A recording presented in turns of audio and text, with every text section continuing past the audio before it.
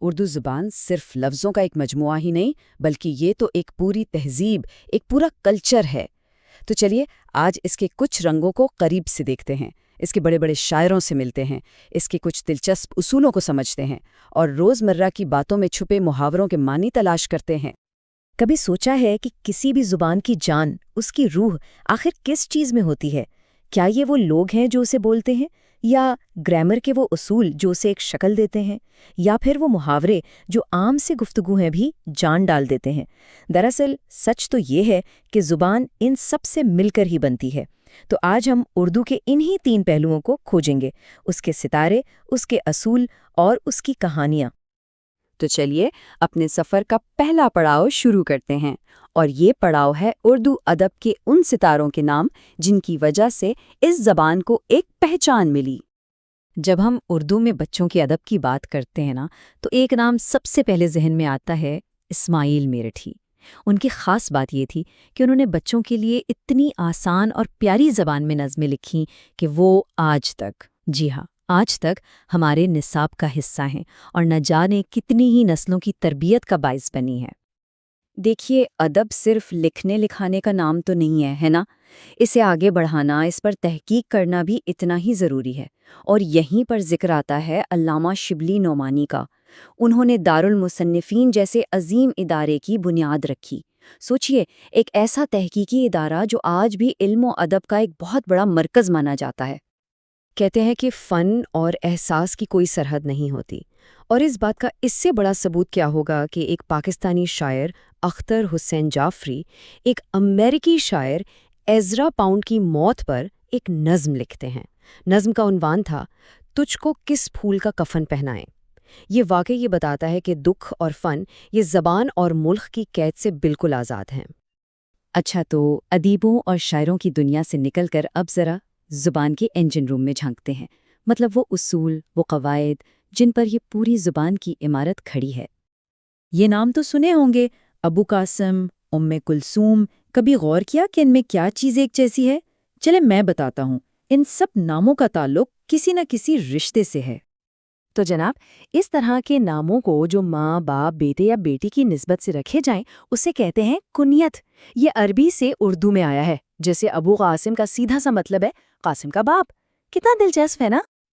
اب ذرا ان 2 جملوں کو دیکھیے، ایک طرف ہے سیدھا سا سوال، تم کہاں ہو، اور دوسری طرف ہے واہ کیا خوبصورت موسم ہے۔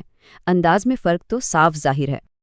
تو اردو گرامر میں اس دوسرے والے جملے کی طرح جس میں کوئی بھی شدید جذبہ ہو، چاہے خوشی کا، حیرت کا یا دکھ کا، اسے کہتے ہیں جملہ استجابیہ۔ اچھا، ایک جملہ سوچتے ہیں، وہ امیر ہے لیکن کنجوس ہے۔ یہاں یہ جو لفظ ہے نا لیکن، یہ پوری بات کا رخ بدل دیتا ہے۔ یہ پہلے حصے کے بارے میں ایک شک یا ایک نئی بات سامنے لاتا ہے۔ تو ایسے ہی الفاظ کو جو بعد میں کوئی تضاد لائیں یا شک دور کریں انہیں کہتے ہیں حرف استدراک۔ شاعری میں ربائی کا نام کس نے نہیں سنا؟ 4 مصروں کی وہ خوبصورت صنف، پر کیا یہ معلوم ہے کہ یہ لفظ ربائی آیا کہاں سے ہے؟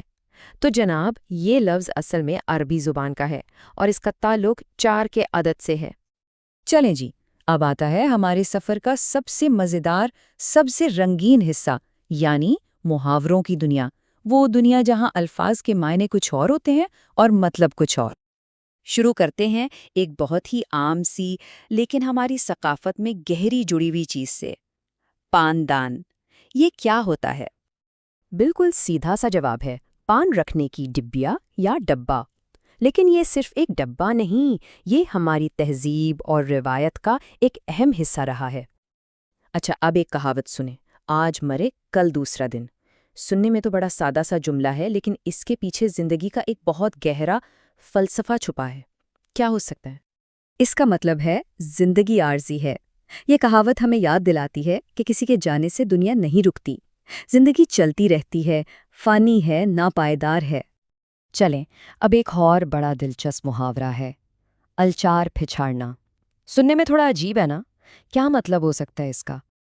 اس کا مطلب ہے بہانے بنانا، ہیلے حوالے کرنا۔ جب کوئی کام نہیں کرنا چاہتا اور فضول قسم کی دلیلیں دیتا ہے تو کہتے ہیں کہ بھئی الچار مت پچھاڑو، سیدھی طرح کام کرو۔